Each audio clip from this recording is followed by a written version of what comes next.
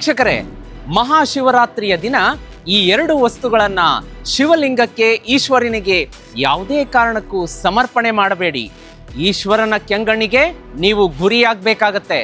ಮೊದಲನೆಯ ವಸ್ತು ಯಾವುದು ಅಂದ್ರೆ ಅರಿಶಿಣ ಕುಂಕುಮ.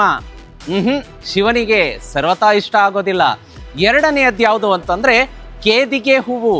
ಇದು ಶಿವನಿಂದ ಶಾಪಗ್ರಸ್ತ ಹೂವು ಅಂತ ಪುರಾಣಗಳಲ್ಲಿ ಉಲ್ಲೇಖ ಇದೆ. ಹಾಗಾಗಿ ಈ ಎರಡು ಪದಾರ್ಥಗಳನ್ನ ಶಿವರಾತ್ರಿಯ ದಿನ ಪೂಜೆಗೆ ಬಳಕೆ ಮಾಡಬೇಡಿ.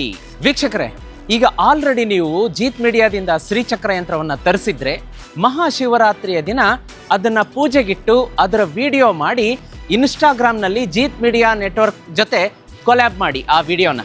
ಇನ್ನು ಯಾರು ತರಿಸ್ಕೊಂಡಿಲ್ಲ ಅವ್ರು ತರಿಸ್ಕೋಬೇಕು ಅಂತಂದ್ರೆ ಕೆಳಗಡೆ ನಂಬರ್ ಕಾಣಿಸ್ತಾ ಇದೆ ರೀಲ್ಸ್ ಕೆಳಗೆ, ಅದಕ್ಕೆ ಈಗಲೇ ಬುಕ್ ಮಾಡ್ಕೊಳ್ಳಿ.